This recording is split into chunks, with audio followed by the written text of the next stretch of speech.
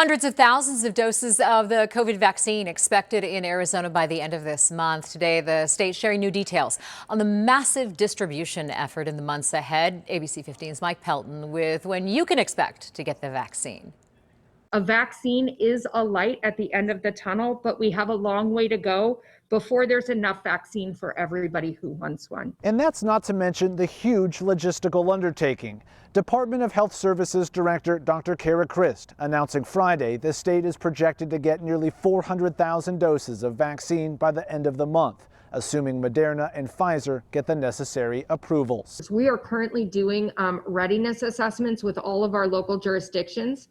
And looking to see, our expectation is that vaccine be provided within 48 hours of it being received. The state expects the first doses to arrive around December 15th, with more rolling in every week. By the end of the month, a projected 383,750 doses. Remember, both Pfizer and Moderna's vaccines require a second dose for full effectiveness, several weeks after the first. This month's batch of initial doses going to groups in a prioritized approach.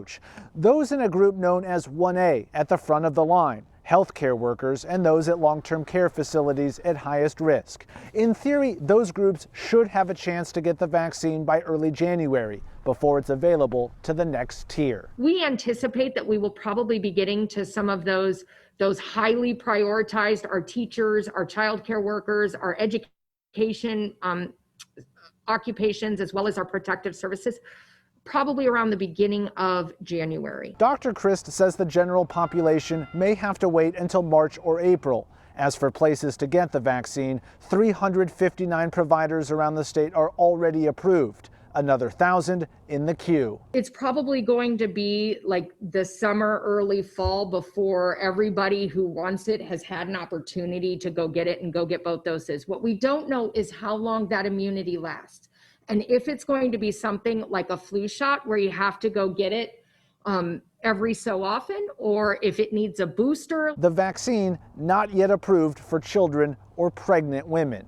Mike Pelton, ABC 15, Arizona. Yeah, Mike, thank you. And on that front, experts say it may already be too late to get the vaccine to children before the start of the next school year. Vaccine makers like Pfizer and Moderna haven't even started testing their shots on children under the age of 12.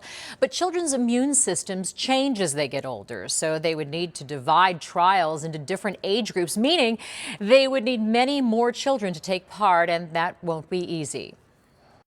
I mean, it's more challenging as an investigator myself for research to enroll a kid into a study because you have to get permission. Kids make up about 12% of coronavirus infections in the U.S., and while their symptoms aren't usually severe, they can still spread it. The American Academy of Pediatrics says we won't be able to reach herd immunity without getting children vaccinated.